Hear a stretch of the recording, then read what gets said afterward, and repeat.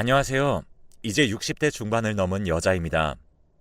지금까지 살아오면서 그리 큰 죄를 짓고 살진 않았다고 생각했는데 저에게 무슨 일들이 그렇게 많이 생기는지 제가 잘못 살아온 건가 하고 한탄만 하고 있습니다. 저는 엄한 집안에서 자랐습니다. 흔히 말하는 동네에서 가장 큰 저택에서 살았는데 그만큼 부모님이 엄격하게 키우셨어요. 그 중에서 가장 엄격하셨던 부분이 바로 순결한 몸이었죠. 늘 여자는 조신하고 단정하게 남자들과 어울리지 말라며 어렸을 때는 근처의 남자아이들도 함부로 못 오게 하셨어요. 그러다 보니 나이를 먹어서도 남자를 어떻게 대해야 하는지 몰라 시집을 갈 시기를 한참을 넘겨서도 남자 한 번 제대로 못 만나봤습니다. 그러다 부모님은 제가 노처녀로 혼자 늙을까 싶어 뒤늦게서야 여기저기 선을 주선하셨어요. 그렇게 몇 번의 선을 보다가 만난 게 남편이었습니다. 남편도 마찬가지로 30을 넘긴 나이에 선을 보다가 저를 만났고 서로를 썩 나쁘지 않은 상대라 생각해서 결혼 준비로 바로 넘어갔습니다. 만난 지 한 달 만에 결혼을 준비하기 시작해서 3달 만에 결혼했어요.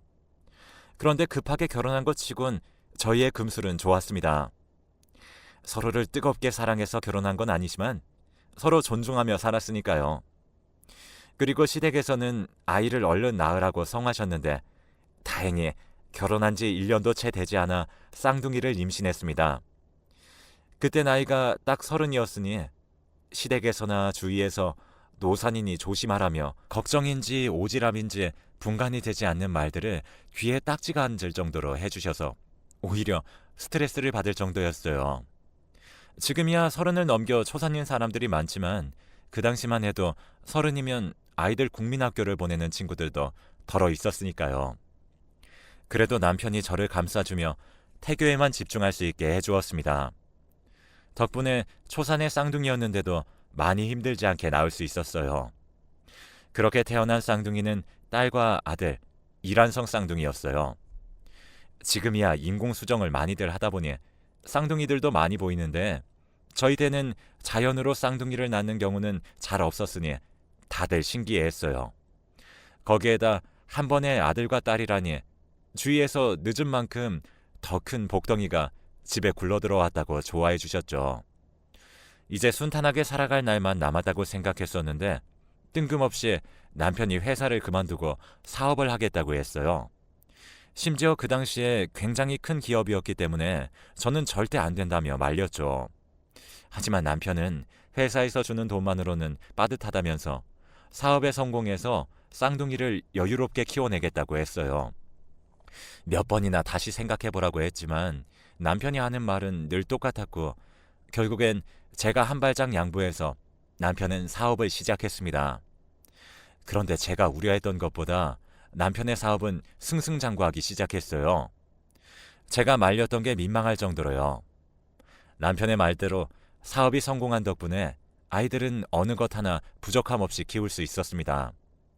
특히 딸은 피아노에 아들은 플룻에 재능을 보였습니다. 초등학교 때 그저 교양을 익히는 정도로만 배우게 할 생각이었는데 생각보다 너무 좋아하고 선생님들도 제대로 배우게 할 생각은 없냐며 몇 번이나 물으셔서 중학교 때부터는 본격적으로 음악을 시작했어요. 쌍둥이가 성별은 달라서 어렸을 때는 치고받고 싸우기도 많이 했는데 중학교에 올라가면서부터 같이 레슨도 다니고 얌전해지더니 싸우지도 않고 한 번도 제 속을 썩이지 않았습니다. 그렇게 아이들이 고등학교 3학년을 앞두고 있었던 시기에 남편의 사업이 거짓말처럼 망해버렸습니다. 다행히 마이너스가 되기 전에 모두 처분해버려서 저희 가족에게 빚이 생기진 않았지만 아이들 레슨비며 저희가 먹고 살 돈도 없는 게 큰 문제였었죠. 남편은 사업이 망한 뒤로 매일같이 술만 먹고 집에 들어왔고 아들과 딸은 그게 영 불편했었는지 집에 붙어있는 날이 없었습니다. 남편이 그동안 벌어오는 돈으로 먹고 살았으니 저도 딱히 할 줄 아는 게 없었지만 아이들 대학은 보내야 한다는 생각에 집 근처 식당으로 일을 구해 주방에서 하루 종일 설거지를 해야 했습니다. 물론 남편도 일용직으로 일을 구해서 돈을 벌어오겠다고 매일같이 어디론가 나갔지만 늘 집에는 술에 취한 채로 돌아왔습니다. 그러다 어느 날 남편은 식탁 위에 돈을 벌어 오겠다며 당분간 집에 돌아오지 않을 거라는 쪽지만 남겨두고 사라졌습니다. 남편을 찾아 나서고 싶었지만 당장 돈을 벌지 않으면 그 다음 주부터 아이들 레슨비도 못 낼 지경이었기에 할 수 있는 건 남편에게 하루에 몇 번씩 부재중을 남기는 것이었습니다. 그렇게 3달이 지났을 때쯤 모르는 번호로 남편에게 전화가 왔습니다. 사실 회사 처분하고 남았던 돈을 가지고 노름을 하다가 지금 사람들에게 쫓기고 있어서 연락도 하지 말라면서요. 혹시나 저희에게 해를 입힐까 싶어 연락도 못 받고 혼자 전전긍긍 하던 것이었습니다. 무책임한 남편의 행동에 화가 났지만 그래도 아이들의 아빠니 영 모르는 척을 하고 있을 수만은 없는 노릇이었습니다. 그래서 돈을 어떻게든 마련해 볼 테니 일단 집으로 돌아오라고 해서 남편이 3개월 만에 집으로 돌아왔습니다. 이번엔 남편이 조금 정신을 차렸는지 일용직으로 일하는 것도 군말 없이 하면서 아파트 경비원 일자리라도 알아봐야겠다고 했습니다. 하지만 이제 문제는 아이들이었죠. 레슨비도 감당하지 못하고 결국엔 그 사이에 대학교에 모두 떨어졌습니다. 그리고 재수라도 하라고 했지만 레슨도 제대로 못 받는데 무슨 재수냐면서 매번 고송이 오가면서 아이들과 싸웠습니다. 집안 형편이 이런데 대학교 붙으면 자기들 보내줄 수는 있냐면서 매번 바락바락 대들다가 늘 집을 박차고 나가 술을 마시다 들어왔죠. 이제 20살이라고 매일같이 술만 마시고선 정신도 제대로 못 차려 경찰서에서 전화를 받고 한밤중에 달려나가는 게 일상이 되었습니다. 제가 레슨만 잘 받을 수 있게 해줬더라면 한창 대학을 잘 갔을 텐데 라는 생각에 먼저 화를 내다가도 아이들이 나가서 술에 취해 들어올 때면 가슴이 찢어지는 듯 했습니다. 그래서 제가 잠을 조금 더 줄이고서라도 돈을 더 벌어 아이들 연습실 사용료만큼은 절대 끊기지 않게 했습니다. 그런데 그럴수록 아이들은 더 엇나가기만 했습니다. 제가 3달만 기다리면 레슨 다시 시작하자고 그 사이엔 연습실이라도 가서 혼자서라도 연습하고 있으라고 했지만 이상하게 아이들이 집에 들어올 때는 늘 술에 만취한 상태였습니다.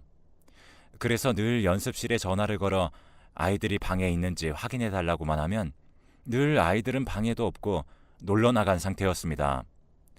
저도 갈수록 아이들이 못 믿어워 연습실을 갈 때마다 인증해서 보내라고 닥달을 했지만 역효과만 날 뿐이었습니다. 그래서 남편에게 아이들이 너무 엇나가고 있으니 교육 좀 단단히 시켜달라고 했죠. 그랬더니 아이들은 남편이 없는 사이에는 더 심하게 굴기 시작했습니다. 처음에는 10,000원, 20,000원을 달라고 하다가 갈수록 100,000원이 넘는 돈을 아무렇지 않게 요구하기 시작했어요. 제가 그래서 그렇게 큰 돈이 어디 필요하냐면서 이제 어디 놀러 다닐 생각 말고 연습실 가서 연습이나 하라고 했더니 아이들은 합심해서 저를 방에 가둬놓고 제 지갑에 있는 돈을 모두 가져가기도 했습니다. 심지어 아들이 있으니 그 힘을 제가 당해낼 수도 없었죠. 남편이 돌아오면 늘 있었던 일을 이야기했고 남편은 또다시 아이들을 죽일 듯이 잡았죠. 그런 악순환만 반복되고 있었습니다. 그러자 아이들은 아예 집을 나가버렸습니다. 경찰에 실종 신고라도 하려고 했지만 그마저도 단순 가출이라며 거부당했습니다. 아이들이 사라지고 미안한 마음에 괜히 남편만 탓했어요. 남편이 아이들을 너무 잡아서 아이들이 도망간 거라면서요. 당신이 너무 심하게 뭐라고 하니까 집을 나갔지. 그럼 그게 내 탓이야? 당신도 옆에서 뻔히 다 보고 있으면서 안 말렸잖아. 애들이 애초에 이 꼬라진 건 당신 때문 아니야? 어쩜 그렇게 말을 해? 애들이 삐뚤어진 건 학교 재수한다고 잠깐 방황해서 그런 것 뿐이야. 원래는 얼마나 내 말을 잘 들었는데 당신이 손찌검만 안 했어도 집까진 안 나갔어. 그래? 그럼 다 내 탓이네. 내가 다 잘못했지. 그럼 직접 애들 찾아가서 내가 무릎 꿇고 빌면 다 해결되겠네. 그러면서 늘 마지막은 현관문이 부서져라 쾅 닫고 집을 나가기 일쑤였습니다. 그런데 여느 때와 마찬가지로 싸움을 하고선 집을 나선 남편이 하루고 이틀이고 돌아오지 않았습니다. 처음엔 꼴도 보기 싫던 양반이 눈앞에 안 보이니 속 편했지만 시간이 갈수록 무슨 일이 있었던 건 아닌지 걱정되기 시작했습니다. 그렇게 한 달이 지났을 무렵 우체통에 직접 넣어놓은 쪽지가 있었습니다. 남편이 남겨놓은 것이었습니다. 쪽지에는 별다른 내용 없이 돈 벌고 올 테니까 나 찾지 마라는 말만 덜렁 적혀 있을 뿐 어디로 간다거나 언제 돌아온다는 말은 없었습니다. 그래도 쪽지로라도 소식을 전해주었으니 한시름 놓였습니다. 어디에서 또 쫓겨다닐지도 모른다는 불안감은 불쑥불쑥 올라왔지만요. 하지만 아이들은 집을 나간 지 1년이고 2년이 지나도 돌아오지 않았습니다. 그렇게 남편도 아이들도 없이 혼자 그 집에서 묵묵히 기다렸습니다. 아무도 찾아오지 않는 그곳에서 기다리는 동안 세상에 홀로 남겨진 기분이었습니다. 친정에는 알리지도 않고 있었는데 결국 3년째가 되던 해에 다 들켜버려서 동생이 자기 집 근처로 이사 오라며 몇 번이고 절 설득했지만 언젠가 돌아올지도 모른다는 생각에 집을 떠날 수가 없었습니다. 그렇게 아이들이 사라진 지 딱 10년째 되던 해였습니다. 마트에서 장을 보고 집에 돌아오는데 집 앞에 익숙한 실루엣이 넘실거렸습니다. 저는 한눈에 알아보고 달려가 와락 껴안았습니다. 10년 만에 보는 아이들이었어요. 아이들은 주춤거리며 저를 안아주었습니다. 그렇게 집 앞에서 한참을 껴안고 있다가 얼굴을 보고 말을 하려는데 눈물이 터져 나와서 말도 안 나왔습니다. 그냥 울음 섞인 목소리로 잘 왔다고만 했죠. 아이들도 죄스러운 표정으로 죄송하다며 너무 늦게 와서 미안하다고 했습니다. 집 안으로 자리를 옮겨 그동안의 이야기를 들었습니다. 딸은 피아노 학원에서 초등학생 아이들 가르치는 일을 하고 있었고 아들은 그냥 카페랑 여기저기 아르바이트를 하다가 최근에는 악기 판매 영업을 하고 있다고 했습니다. 거기다가 2년 전에 결혼도 해서 막 돌진한 아기도 있다며 나중에 손주를 보여주겠다고 하는데 얼마 만에 느끼는 감정인지 가슴이 벅차 계속 눈물을 흘렸습니다. 그런 제 눈물에 아이들은 눈치가 보였는지 집을 나간 후에 돈을 벌면서 자기들이 얼마나 철없는 짓을 했는지 느꼈다면서 너무 죄송하다는 말을 몇 번씩이나 했습니다. 저는 이제 그런 건 상관없다고, 이제 너희들이 돌아왔으니 그걸로 충분하다고 했지만 여전히 아이들은 마음이 무거웠던 건지 곧 있을 환갑생신을 조금 앞당겨서 하자면서 해외여행을 가자고 하더군요. 자기들이 모시겠다면서요. 그런 건 필요 없다고 한사코 거절했지만 아이들은 막무가내로 비행기표를 끊어 저를 여행시켜 주었습니다. 심지어 아이들은 이제 자기들이 제 생계를 책임지겠다면서 지금 하던 일도 그만두라고 성화를 부렸습니다. 결국엔 일하던 식당에도 이제 그만둔다고 말하고 어디로 가는지도 모른 채 자기들만 믿으라는 말에 아무것도 모른 채 여행을 떠났습니다. 여행 온 첫날 여기저기 쉬지도 않고 낮에 돌아다니니 저녁이 되자마자 피곤이 쏟아져 내렸습니다. 아이들이 현지에서 유행하는 차라며 건네준 걸 마시고 나니 더 이상 참을 수 없는 졸음이 몰려들어 스르르 잠이 들고 말았습니다. 다음날 일어나니 제가 잠들었던 딸이고 아들이고 온데간데 없이 시끄럽고 더러운 땅바닥이었습니다. 겁에 질린 제가 지나가는 사람들을 붙잡고 여기가 어디냐며 부족한 영어를 끌어모아 물어보았지만 돌아오는 답은 없었습니다. 제 말에는 대답도 하지 않은 채 한참 사람들이 일하는 곳에 데려다 놓았습니다. 그곳에는 3사람 정도 한국말을 할 줄 아는 사람이 있었는데 그 사람들도 제가 해야 할 일을 알려줄 뿐 어찌된 영문인지는 말해주지 않았습니다. 저는 계속 딸과 아들과 함께 여행 온 거라며 한국으로 돌아가야 한다고 말했지만 제가 일을 하지 않자 현지 관리인으로 보이는 사람이 몽둥이를 들고 일을 하란 듯이 독촉을 해대자 저는 덜컥 겁이 나서 일단은 일을 시키는 대로 했습니다. 그리고 몇 시간을 일하자 밥 시간이 됐는지 다들 밥을 배식받으러 갔습니다. 밥을 배식받아서 다시 자리로 돌아와 먹어야 하는데 그제서야 한국인으로 보이는 사람이 저에게 말해주었습니다. 당신 딸이랑 아들이 당신 여기에 넘긴 거요. 다시 도망칠 방법도 없으니까 포기하고 일이나 해야지. 아니면 여기 관리자들한테 맡기 일쑤예요. 무슨 말이에요? 딸이랑 아들이 여기에 저를 왜? 왜라니? 자식들한테 미움을 사도 단단히 산 거지. 아까 관리자가 하는 말 못 알아들었지? 당신 자식들이 여기 버리고 간 거라고. 그러니까 이제 도망칠 구석도 없으니 일이나 하라고. 아무래도 방금 들은 말이 거짓보다는 진실에 가깝겠다라는 것을 느꼈습니다. 그 말을 들으니 어제 먹은 음식들마저 역겨워지는 것이 느껴져 먹은 것을 그대로 토해내고 말았어요. 그 후로 일주일을 일만 하고 밥을 먹고 토하기 일쑤였습니다. 그런데 어느 날에는 밥을 받고 있는데 누가 제 손을 불쑥 잡는 겁니다. 놀라서 쳐다보니 헬쑥해진 걸 넘어서 얼굴이 너무 상해버린 남편이었습니다. 남편은 차마 길게 말하지 못하고 읽어보라며 제 손에 쪽지를 쥐어주고는 금세 자기 줄로 다시 돌아갔습니다. 밤에 관리자들이 돌아가면 배식받는 곳에서 만나. 그리고 이 쪽지는 변기에 내려서 없애버려. 남편의 말대로 쪽지 내용을 읽고 늘 그렇듯 토하는 것처럼 위장하고 쪽지를 변기에다 버렸습니다. 그리고 밤이 올 때까지 기다렸죠. 매번 잠은 오지도 않아 뜬 눈으로 밤을 새기 일쑤였는데 정신이 없는 채로 있다 보니 밤에 관리자가 돌아가는 것도 몰랐습니다. 그날은 남편의 쪽지 때문에 잠에도 들지 않고 관리자가 돌아가기만을 기다렸다가 조용히 배식받는 곳으로 갔습니다. 거기에는 남편이 비장한 얼굴을 하고 서 있더군요. 이리 와봐. 우리 여기서 나가자. 내가 길을 만들어놨어.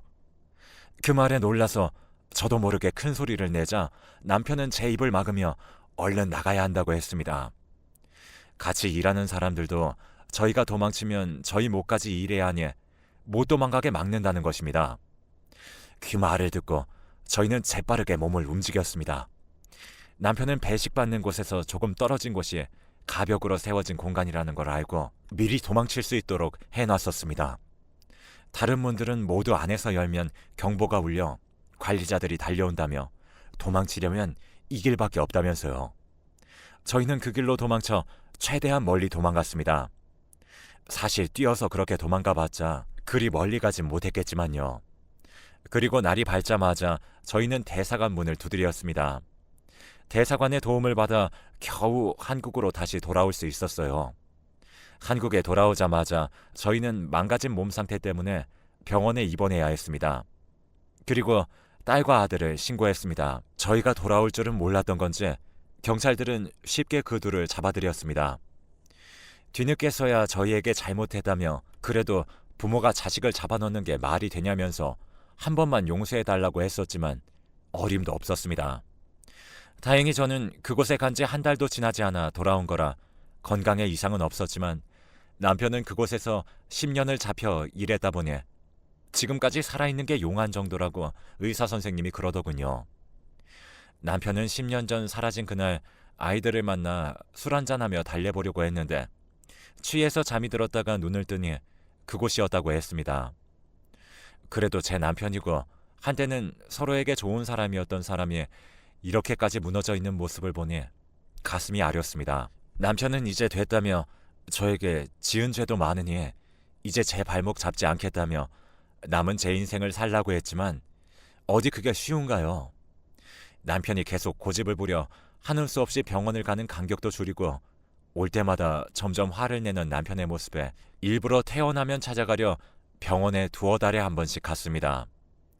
그런데 어느 날 병원에서 전화가 걸려왔습니다. 남편이 이제 정말 숨을 다해 간다는 소식이었습니다. 그 소식을 듣고 헐레벌떡 병원으로 달려가니 남편은 이미 죽은 사람 마냥 눈도 제대로 뜨지 못하고 있었습니다. 의사 선생님한테 들으니 들어올 때부터 사실 가망이 없었다면서 남편이 저에게는 아무 말도 하지 말아달라고 부탁해 대는 통에 말을 못했다고 하더군요. 그런데 남편이 죽기 전에는 말해줘야 할 것 같아서 연락했다고요. 남편은 간신히 산소호흡기에 의지한 채 가쁜 숨을 내쉴 뿐이었습니다. 내 남은 인생 구해준 건 당신이니 당신이랑 이제 살아보려고 했는데 이렇게 혼자 가버리면 나는 어쩌라는 거예요. 뼈만 앙상하게 남아 얇은 가죽이 덮고 있는 꼬르란 손을 살포시 쥐어잡자 남편은 편안한 표정으로 세상을 떠났습니다. 마음의 준비도 제대로 하지 못한 채 남편을 잃고 장례를 치러주었습니다. 자식들은 이 와중에 한 번만 다시 생각해보면 안 되겠냐면서 편지를 보내오는데 치가 떨려서 직접 법정에 증인으로 가겠다고 했어요. 이렇게 허무하게 가버린 남편을 위해서라도 가만히 있을 수는 없었습니다. 그렇게 딸과 아들은 모두 징역형을 받고 교도소에 수감되었습니다. 아들네 가족이 자꾸만 찾아와서 지금이라도 늦지 않았으니 한 번만 다시 생각해달라며 난리를 부리는 통에 아들네 가족도 접근금지 신청을 했습니다. 이 이야기는 또 어떻게 알았는지 동생이 찾아와 자기와 함께 살자며 저를 강제로 끌고 자기 집으로 저를 데려갔습니다. 동생을 볼 낯이 없어 처음엔 부끄러웠지만 그래도 그 집 조카와 동생도 다 저를 챙겨주어서 근 10년 동안 처음으로 따뜻한 밥 세 끼를 챙겨 먹고 있습니다. 이제는 씩씩하게 거울도 잘 보고 가끔씩 남편을 만나러 산소도 갑니다. 이 일이 있었던 것도 벌써 5년이 다 되어 가네요. 그 당시에는 정말 죽고 싶다는 생각밖에 없었는데 결국엔 다 지나가고 이제는 조카와 동생과 오손도손 잘 살고 있습니다. 절망의 끝에서 일상으로 돌아오기까지 너무 오랜 시간이 걸렸지만 결국엔 다 돌아온다는 걸 깨달았습니다. 여러분도 힘든 일이 있으셔도 포기하지 마시고 꼭 이겨내시길 바랍니다.